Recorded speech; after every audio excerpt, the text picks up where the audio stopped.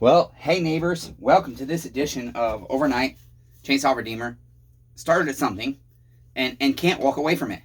I wanted to just tune up neighbor Laney's saw.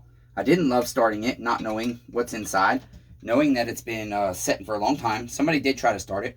I got the carburetor off. I look down here and I see what appears to be also score marks on the intake side. So it's both sides.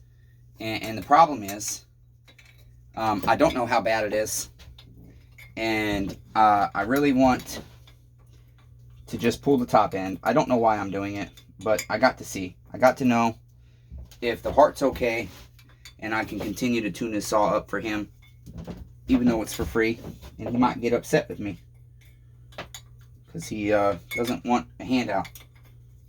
Like most people, they don't understand it's not a handout. It's Chainsaw Redeemer loving you the only way he can, because his life is shit, and this is the only way he can give back because he's poor.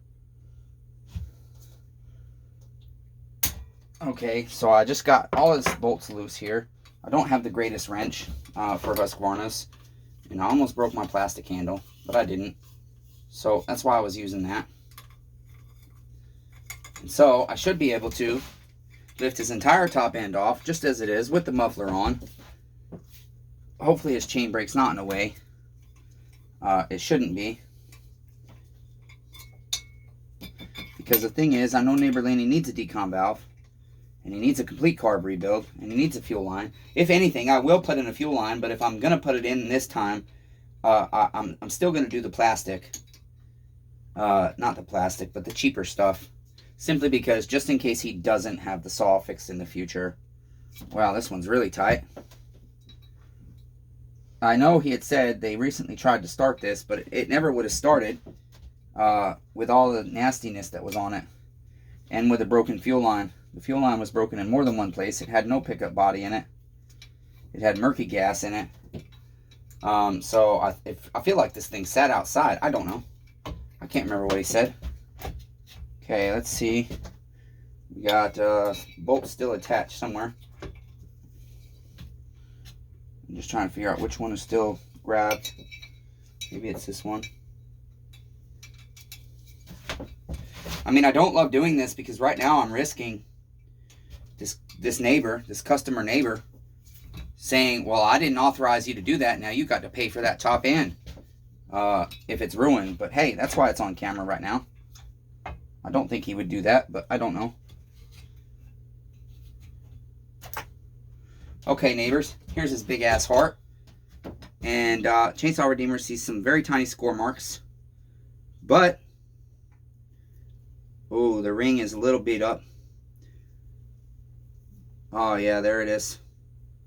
There's the nail catcher. I think, however, I think we can use this heart.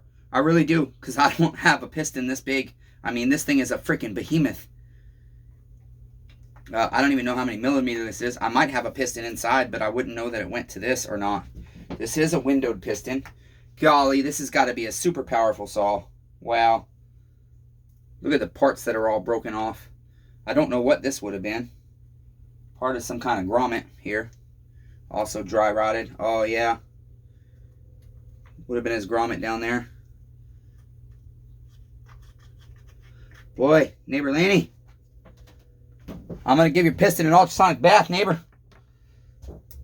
I'm going to wrestle this gigantic damn pin out so I can clean your heart for you, neighbor. Why am I doing this? Damn it, I don't know. Because I love you, neighbor. That's what I'm going to do. I'm going to give this neighbor's heart a bath, okay? Because it needs it. It's got rancid gas on it.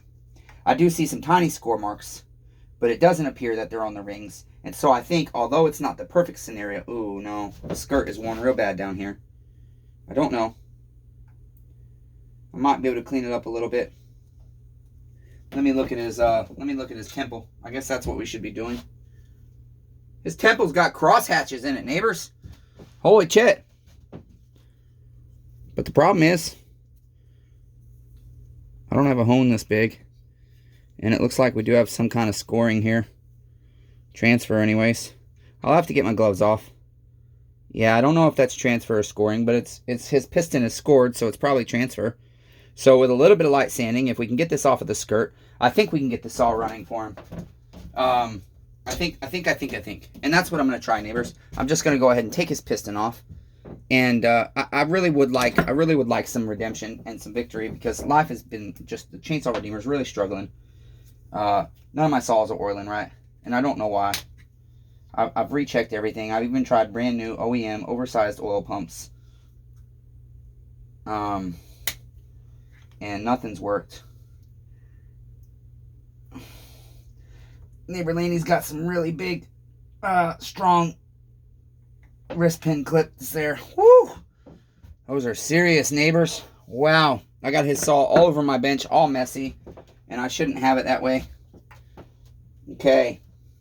So, I'm going to see if I can just gently push his thing out here. If not, I'm probably going to remove this and use a drift. Oh, yeah. Slid nice and easy. It's amazing. His crank down the bottom, you guys, is super clean. Super clean. Here, I show you. Pew! Look how clean it is in there. But that's the danger. That's the problem. And that's from trying to start it with a bunch of goop in it. A bunch of built up carbon, filth and vile nastiness. But the rings aren't stuck. And I think for practical purposes, because he just needs some trees cut. He's got some big trees he's got to cut. And then who knows when the saw will get used again. And so I'm barely catching nail on just a couple of these.